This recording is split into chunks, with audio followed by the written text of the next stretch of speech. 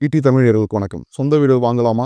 Invest பண்ணலாமா? இல்ல சொந்த வீடுன்றது எவ்வளோ முக்கியம்? நம்ப கலாச்சாரத்த பொறுத்தவரைக்கும், நம்ப இண்டிவிஜுவல பொறுத்தவரைக்கும். பொதுவா நம்மள சொல்லுவோம் உணவு, உடை, இருப்பிடம், உறைவிடம். இந்த 3 விஷயம் ரொம்ப இம்பார்ட்டன்டான ஒரு விஷயம். இதுல பெரும்பாலும் உணவும், உடையும் எல்லாருமே கண்டிப்பா முடிச்சுருவோம். பட் இந்த உறைவிடம்னு வரும்போது, வாடகை வீட்ல இருக்கிறதா? இல்ல சொந்த வீடு வாங்குறதா?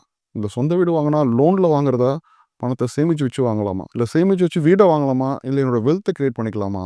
ஏன்னா வீட வாங்கி வைக்கும்போது நான் அதுக்கான லோன் கட்டி என்னோட லைஃப் ஃபுல்லா முடிஞ்சிருமே! அப்டின்ற சில தாட்ஸ். ஸோ ஒரு வீடு அப்டின்ற பட்சத்தில நான் ஒரு 30 இயர்ஸ்ல இருக்கிறேன். எனக்கு ஒரு வருமானம் ஒரு அளவு நல்ல வருமானமா வருது. இப்ப இந்த இடத்துல நான் ஒரு லோன் போட்டு ஒரு வீடு வாங்குறது எனக்கு பெனிஃபிட்டா இருக்குமா? இல்ல ஒரு எஸ்ஐபி போட்டுக்கலாமா? ஏன்னா இதெல்லாம் நம்ம பண்ற விஷயம் தானே. எஸ்ஐபினாலும் என்னோட ஃபியூச்சருக்காக நான் பண்ண போறேன். வீடும் என்னோட ஃபியூச்சருக்கு பண்ண போறேன். நான் வாடகைக்கு எடுத்துட்டு இந்த வேலைய பண்ணட்டுமா? அப்படின்னு பார்க்கும்போது, இது 2 விஷயமா பார்க்கலாம். ஏன்னா நம்ப வீடுன்றது நீங்க சிம்பிளா ஒரு இன்வெஸ்ட்மெண்ட்டா மட்டுமே பார்க்க முடியாது. நம்ம கலாச்சாரத்த பொறுத்தவரைக்கும். இது ஒரு சென்டிமென்டல். ஒரு சொந்த வீட்ல இருக்கணுன்றது ஒரு பிரைடு. ஒரு பெருமையான சம்மந்தப்பட்ட விஷயம். எனக்குன்னு ஒரு வீடு இருக்கணும் அப்படின்றது ஒரு முக்கியமான ஒரு ஸ்டெப்ல நம்ம பார்த்த விஷயங்கள். ஸோ அப்போ நான் எனக்குன்னு ஒரு வீடு அப்படின்னு பார்க்கும்போது, இன்னைக்கு இருக்க காலகட்டத்தில எத்தன பேரால பணத்த ஒரே ஷாட்ல குடுத்து வாங்க முடியும்னு பார்த்தா, ஒரு மிடில் கிளாஸ்க்கு இது வாய்ப்பு கிடையாது. எப்படியுமே சிறுக சிறுக பண்ணணும். பட் ஃபார்ச்சுனேட்லி இன்னைக்கு நெறைய பேங்க்ஸ் அதுக்கான ஃபண்டிங் பண்ண ஆரம்பிக்கிறாங்க. பட் இந்த ஃபண்டிங் பார்க்கும்போது பேங்க்ஸே தப்பு சொல்ல முடியாது. நம்ம ஒரு லோன வாங்கி 20 வருஷம் கட்டுறோம் அப்படின்ற பட்சத்துல அந்த 20 வருஷத்துக்கு வட்டி பார்த்தீங்கன்னா, நம்ம வாங்குன அசல் மாரி கிட்டத்தட்ட ஒரு 2 1/2, 3 மடங்கு வட்டியே கட்டி வச்சிருப்போம். அப்ப திரும்பி இந்த கணக்கு பார்த்தோம்னா, இத்தன வட்டி கட்டுனதுக்கு என்ன விட அந்த பேங்க் தான் அதிகமா சம்பாதிச்சிருக்காங்க. நான் இந்த வீடு வாங்குனது சரியான விஷயமா? அப்படின்னு ஒரு கேள்வி நமக்கு வந்துரும். இல்ல இத விட நான் வாடகை குடுத்துடுறேன் சிம்பிளா. இப்ப என்ன பணமோ அதில நான் ஒரு மந்த்லி எஸ்ஐபியோ இல்ல மியூச்சுவல் ஃபண்ட்லயோ இல்ல ஒரு ஒரு எஃப்டி மாரி ஏதாவது போட்டுக்கினா எனக்கு ஒரு சேவிங் கிடைக்குமே! அப்படின்ற ஒரு தாட். ஸோ அப்ப எது ஒர்க் அவுட் ஆகும்னு பார்த்தீங்கன்னா, ஒரு சிம்பிளா கால்குலேஷன் ஒண்ணு பண்ணுவோம். ஒரு 40,00,000 ப்ராப்பர்ட்டின்னு எடுத்துப்போம். ஒரு லேண்ட் வித் ஒரு 750 ஸ்கொயர் ஃபீட் நீங்க பில்டப் ஏரியாவோட இருக்குன்னு வச்சுப்போம். ஒரு ரூ. 40,00,000 உங்ககிட்ட ஒரு ரூ. 10,00,000 இருக்கு. நீங்க இன்னொரு ரூ. 30,00,000 லோன் வாங்க வேண்டிய சிச்சுவேஷன்ல இருப்பீங்க. சரி. இந்த லோன் எடுத்தீங்கன்னா, உங்க இஎம்ஐன்னு பார்த்தீங்கன்னா, மாதம் மாதம் கிட்டத்தட்ட ரூ. 30,000 ஒரு அப்ராக்ஸிமேட்டா வரும் உங்களுக்கு. அடுத்த 20 வருஷத்துக்கு நீங்க கட்டுற மாரி இருந்ததுன்னா. ஸோ, இப்ப இந்த 20 வருஷத்துக்கு ரூ. 30,000 இஎம்ஐ நீங்க கட்டுற மாரி இருக்கும். இந்த ப்ராப்பர்ட்டிய நீங்க உங்களுது ஆக்கிக்க. இதுல சில கொஞ்சம் டீகோட் பண்ணி பார்த்தோம்னா, இப்போ இந்த ப்ராப்பர்ட்டி வாங்கலாம் நீங்க என்ன பண்ணியிருக்கணும்? இதே அளவு இருக்க ஒரு ப்ராப்பர்ட்டி நீங்க ஒரு வாடகைக்கு வாங்குறீங்கன்ற பட்சத்தில, குறைந்தபட்சம் 15,000 நீங்க கட்டுற மாரி இருக்கும். நீங்க 30 அந்த ரூ. 40,00,000 வீடு, அதுக்கு வாடகை, அதோட இஎம்ஐ வச்சு பார்க்கும்போது ரூ. 15,000 நீங்க ஒரு வாடகையா கட்டுற மாரி இருக்கும். இல்ல எனக்கு நான் ஒரு எஸ்ஐபியா போறேன். எனக்கு இந்த வீடு இஎம்ஐ ரூ. 30,000 கட்டாம 15,000 வாடகை குடுத்துட்டு 15,000 எஸ்ஐபியா போட்டுறலாமா? இது ஒரு ஆப்ஷன். எனக்கு சொந்த வீட்ல நான் இல்லாம, அது கட்ட வேண்டிய லோன என்ன பண்றேன், ஃபுல்லா லோனுக்கு குடுக்காம 15,000 ஒரு ரென்ட் எடுத்துட்டு பேலன்ஸ் இருக்க பணத்த எஸ்ஐபியா போடுறேன். எனக்கு ஒரு வெல்த் பில்டப் ஆகுமா அப்படின்னு பார்த்தீங்கன்னா, ஓவர் த டைம்ல இந்த ப்ராப்பர்ட்டி பெட்டரா இருக்கிறதுக்கான வாய்ப்புகள் அதிகம். ராதர் தென் மியூச்சுவல் ஃபண்ட், எஸ்ஐபி. ஏன் அப்படி சொல்றோம் அப்படின்னு பார்த்தீங்கன்னா, கால்குலேஷன் எடுத்துப்போம். ரூ. 30,00,000 நீங்க லோன் எடுத்திருக்கீங்க. இந்த 30,00,000 லோனுக்கு ஓவர் த டைம்ல 20 வருஷம் நீங்க கட்டி முடிச்சீங்கன்னா, கிட்டத்தட்ட ஒரு ஓ ரூ. 72,00,000 கிட்ட நீங்க லோன் கட்டியிருப்பீங்க. அப்ப 72,00,000த்துல ரூ. 30,00,000 தான் அசல் அமௌண்ட். 42,00,000 நீங்க வட்டியாவே கட்டியிருப்பீங்க. ஓகே. இது ஒரு பார்ட். பட் அன்னைக்கு தேதியில ப்ராப்பர்ட்டியோட வேல்யூ எவ்வளோ இருக்கும்? கட்டுன வட்டிய மறந்துருங்க. ஏன்னா அந்த வீட்ல இருந்திருக்கும். ஸோ வட்டிய மறந்துருங்க. அன்னைக்கு டேட்ல ப்ராப்பர்ட்டி வேல்யூ எவ்வளோ இருக்கு அப்படின்னு பார்த்தீங்கன்னா, பட் இதுல ஒரு முக்கியமான விஷயம், நீங்க ஒரு ப்ராப்பர்ட்டி பில்டிங்கா வாங்குறீங்கன்ற பட்சத்துல, லேண்ட் தான் அப்ரிஷியேட்டபிள் அசெட். பட் பில்டிங்ன்றது என்னைக்குமே டிப்ரிஷியேட்டபிள் அசெட் தான். ஓவர் த டைம்ல பில்டிங்கோட வேல்யூ கீழ தான் போகுமே தவிர, மேல போகாது. எத்தன வருஷம் ஆனாலும். பட் அப்போ ஒரு லேண்ட் வாங்கி 10 வருஷத்துக்கு அப்புறம் வித்தா நல்ல ரேட்டுக்கு விக்கிறாங்களே சார், எப்படி விக்கிறாங்க அப்படின்னு பார்த்தீங்கன்னா, லேண்ட் ரேட் தான் மேல போயிருக்கே தவிர, பில்டிங் ரேட் மேல போகல. அப்போ இந்த இதுல பார்த்தோம்னா 20 வருஷத்துல இந்த பில்டிங்க்கு எந்த வேல்யூமே இருக்காது. ஸோ அன்னைக்கு தேதியில பார்த்துப்போம்.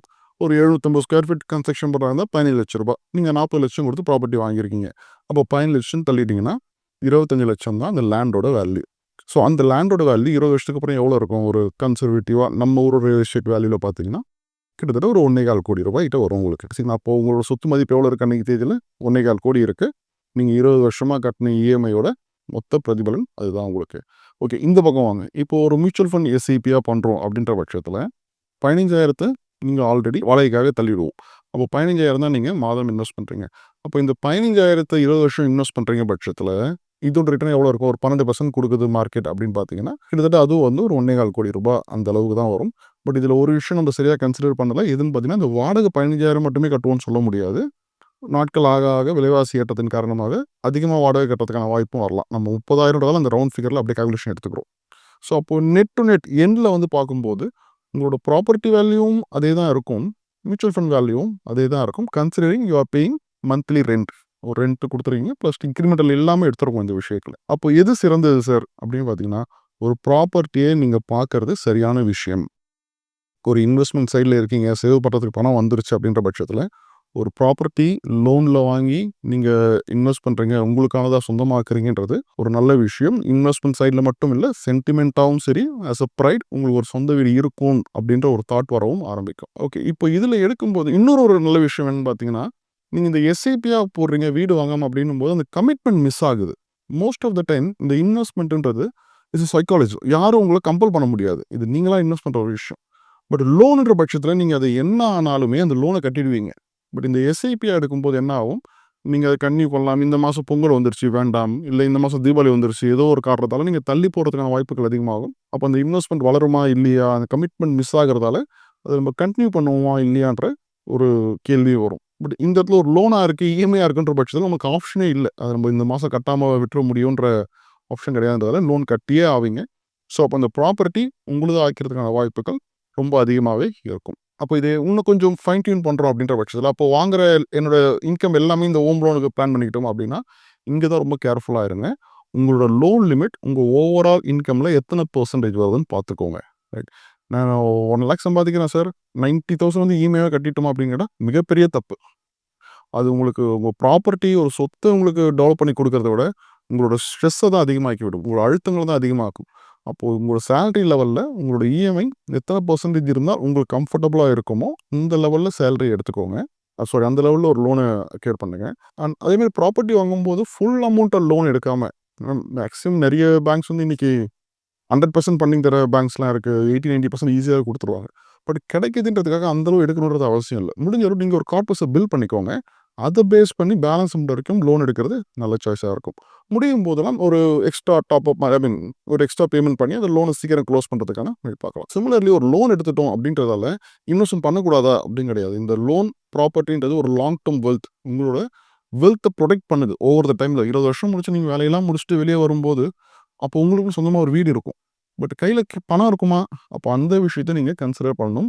இதுதான் ஃபினான்ஷியல் பிளானிங் சொல்கிறோம். ஒரு வீடு மட்டுமே வாங்குறது சரியான முறையாக இருக்காது. ஒரு வீட்டை வாங்கிட்டீங்க, ஒரு சின்ன போர்ஷனாக ஒரு எஸ்ஐபி மாதிரி ஒரு மியூச்சுவல் ஃபண்டில் ரெகுலராக, இல்லை ஒரு எஃப்டி மாதிரியோ ஆர்டி மாதிரியோ ஏதோ ஒரு விஷயங்களை நீங்கள் ஒரு கார்பஸை பில் பண்ணிங்கன்னா உங்களோட லிக்விட் கேஷுக்கோ உங்கள் ரிட்டைர்மெண்ட்டுக்கோ ஒரு தேவையான ஃபுல்ஃபில்மெண்ட் தரத்துக்கான ஒரு கம்ப்ளீட் இன்வெஸ்ட்மெண்ட் தரத்துக்கு வாய்ப்பு அதிகமாக இருக்கும்.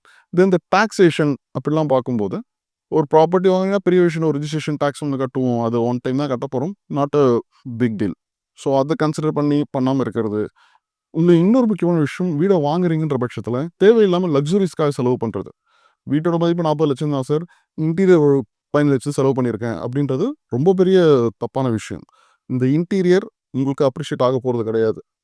திரும்பவும் சொல்கிறேன், பில்டிங்கே கூட அப்ரிஷியேட் வேல்யூ கிடையாது, லேண்டு மட்டும் தான் அப்ரிஷியேட் ஆக போகுது. அப்போது ஒரு வீட்டில் எதெல்லாம் இருக்கணும், இதெல்லாம் இருக்கக்கூடாது, எது அத்தியாவசியமோ அதை மட்டும் மெயின்டைன் பண்ணுங்கள். சில இடங்களில் பார்த்துருப்போம், சில லைட் வீடுகளுக்கு வெளியெல்லாம் இந்த லைட்ஸ்லாம் போட்டு ஒரு சீரியல் மாதிரி ஒரு எஃபெக்ட்லாம் கொடுத்துருப்பாங்க. இதெல்லாம் ஒரு லக்ஸுரினஸ். ஆரம்பத்தில் நல்லாயிருக்கும், அந்த மாதிரி லைட் யூஸ் பண்ணால் சர்வீஸ் பண்ணுறதுக்கே நமக்கு ரொம்ப கஷ்டமாக இருக்கும்.